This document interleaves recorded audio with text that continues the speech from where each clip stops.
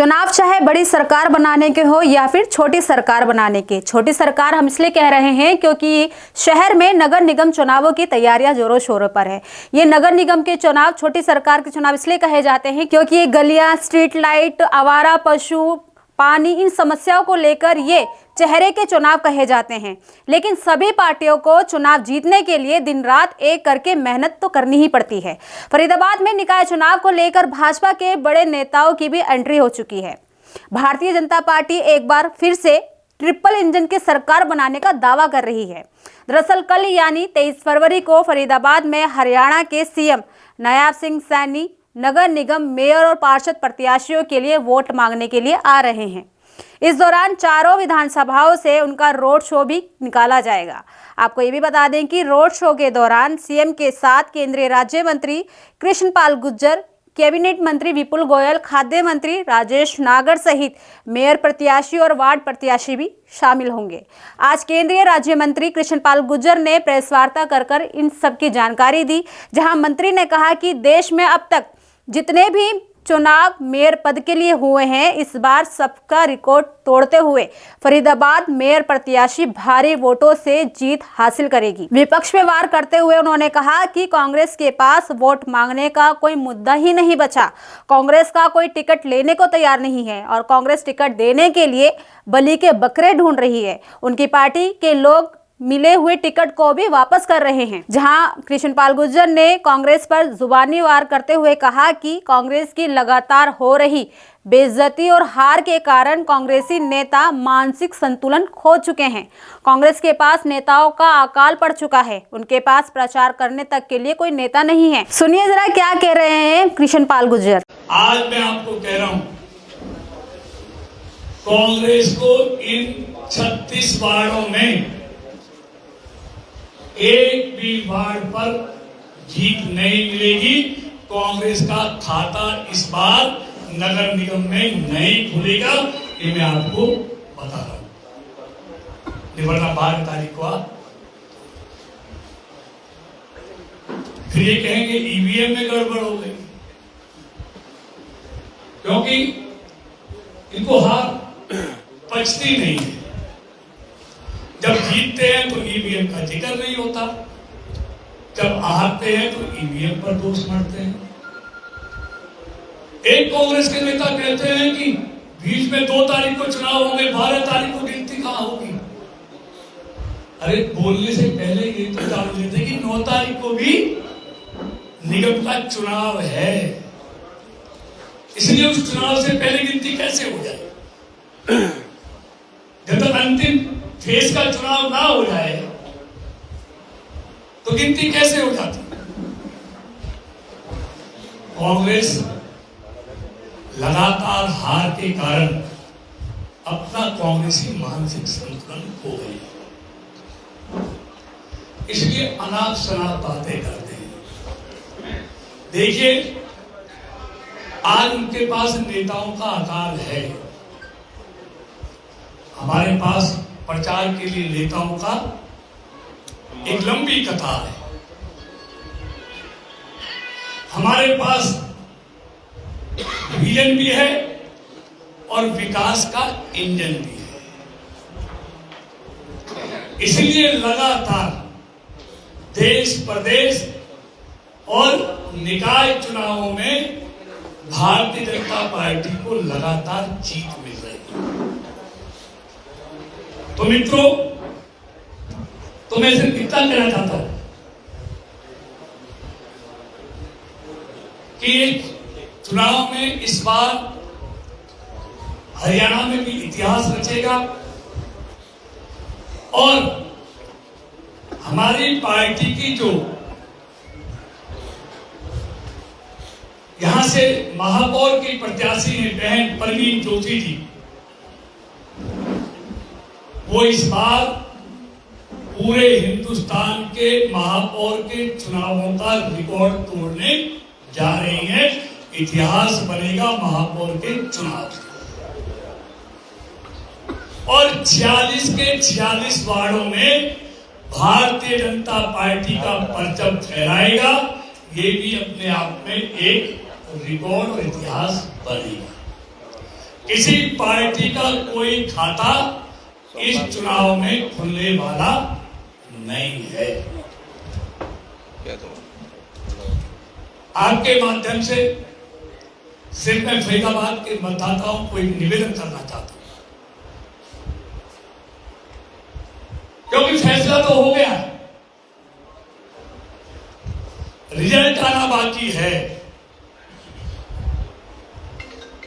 इसलिए कहीं वो समझ के बीजेपी जीत तो गई है, क्योंकि लोकतंत्र का सबसे बड़ा पर्व है ये चुनाव। इसलिए इस लोकतंत्र के पर्व में बढ़ चढ़कर हिस्सा लें और भारतीय जनता पार्टी की बड़ी जीत के लिए अधिक से अधिक मतदान करें 2 मार्च को। कोई मतदाता ऐसा नहीं रहना चाहिए जो अपने वोट का इस्तेमाल ना करे। और मैं अंत में इतना कहना चाहता हूं, हमको यकीन ही नहीं, फरीदाबाद के प्रत्येक मतदाता पर पूरा भरोसा है। वो फरीदाबाद के विकास के लिए, फरीदाबाद में सुशासन के लिए यहां ट्रिपल इंजन की सरकार बनाएगी और फरीदाबाद नगर निगम के चुनाव में एक तरफा जीत भारतीय जनता पार्टी को दिलाएगी, ऐसा हमको पूरा भरोसा है। अब आप मान रहे हैं मंत्री जी कि कांग्रेस कहीं है ही नहीं, तो फिर बीजेपी का मुकाबला किससे है? मैं ये कह रहा हूँ, किसी से नहीं है। क्या आप रिकॉर्ड बनाने के लिए, अपना रिकॉर्ड खुद तोड़ने के लिए जीत रहे हैं, लड़ रहे हैं? मतलब हम इतिहास बनाने के लिए चुनाव लड़ रहे हैं, इतिहास बनाने के लिए। श्योर ये भी है कि बीजेपी का मुकाबला इस बार अपनों से ही, क्योंकि कई सारे निर्दलीय प्रत्याशी जो है वो बीजेपी से ही है। निर्दलीय तो बहुत है, एक कहीं किसी निर्दलीय से, किसी पार्टी से मुकाबला नहीं है।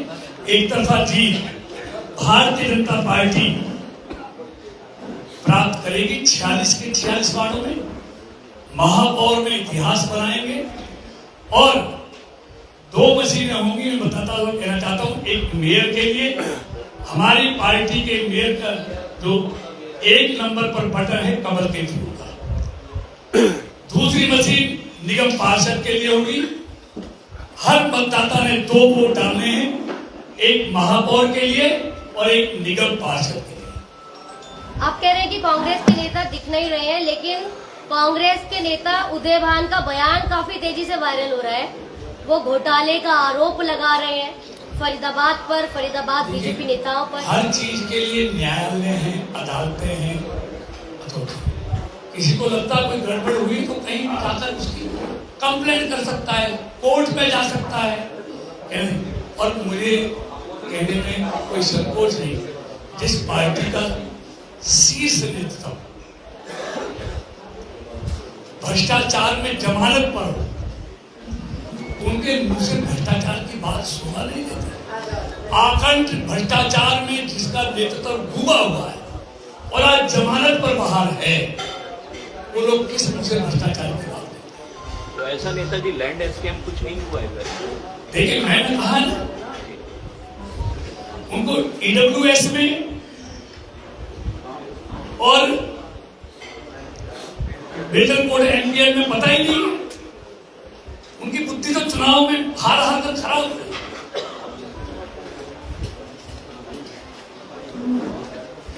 उनको मालूम ही कुछ नहीं है। अगर है तो उसकी जांच कराएं, हिम्मत है तो उसकी कंप्लेंट दें, उसके लिए कोर्ट में जाएं। जांच तो सरकार को करनी है, उनकी तरफ से तो सीएम ने तो शिकायत की नहीं गई है, जांच कौन करेगा? मैं करना, इस सरकार में किसी के लिए कोई भेदभाव नहीं है। भ्रष्टाचार और बेईमानी करने वालों के लिए इस सरकार में कोई स्थान नहीं। क्या इसकी जांच होगी? कोई देगा तो होगी, निश्चित रूप से देगी तो होगी तो नहीं देगी। लेकिन मैं ये कहना चाहता हूँ, अगर ये कंप्लेंट झूठी निकली तो क्या राजनीति से संन्यास लेंगे? मंत्री जी नीति से अगर इसमें भ्रष्टाचार हुआ है तो राजनीति से संन्यास लेंगे? सिर्फ चुनाव में, क्योंकि कांग्रेस एक तरह से चुनावी मैदान में पिछड़ गई है। और वहीं अपनी और भारतीय जनता पार्टी की तारीफ करते हुए मंत्री ने कहा कि बीजेपी की सरकार ने देश और हरियाणा में जो भी विकास कार्य किए हैं, जनता उन्हें देखते हुए कमल का फूल खिलाने का काम करेगी। उन्होंने कहा कि जीत के बाद पार्टी का शीर्ष नेतृत्व तय करेगा कि किसको मेयर, डिप्टी मेयर बनाया जाएगा। आपको बता दें कि इस दौरान उनके साथ कैबिनेट मंत्री विपुल गोयल, खाद्य मंत्री राजेश नागर सहित मेयर प्रत्याशी प्रवीण जोशी, तमाम भाजपा विधायक सतीश फागना, गणेश अधलक्का और सैकड़ों पार्टी समर्थक कार्यकर्ता भी मौजूद रहे। दरअसल 23 फरवरी को होने जा रहे सीएम नायब सैनी का रोड शो के बारे में मंत्री ने बताया कि सीएम का रोड शो फरीदाबाद के 4 विधानसभा से होकर निकलेगा। इन विधानसभाओं में बल्लभगढ़, NIT, बड़कल और तिगांव शामिल है। जो रोड शो बल्लभगढ़ विधानसभा से शुरू होकर तिगांव विधानसभा तक पहुंचेगा और NIT में रोड शो का समापन होगा। सीएम का रोड शो मेयर पद की प्रत्याशी प्रवीण जोशी के साथ वार्ड पार्षद के पद प्रत्याशियों के हक में वोट मांगने के लिए किया जा रहा है। दरअसल बताते चले कि सबसे पहले भाजपा के बड़े नेता वोट मांगने के लिए फरीदाबाद में रोड शो और जनसभा की जाएगी। भाजपा को इस रोड शो और जनसभा की उम्मीद है कि लोग सीएम से प्रभावित होकर चुनाव में बीजेपी के पक्ष में ही वोट करेंगे। तो आपका इस मुद्दे पे क्या कहना है, कमेंट बॉक्स में जरूर बताइएगा। फिलहाल अभी तक के लिए इतना ही। देखते रहिए देश रोजाना। नमस्कार। हमारे साथ जुड़े रहने के लिए देखते रहिए देश रोजाना का यूट्यूब चैनल सब्सक्राइब कीजिए। साथ ही देश रोजाना की खबरें सबसे पहले देखने के लिए प्रेस कीजिए बेल आइकन।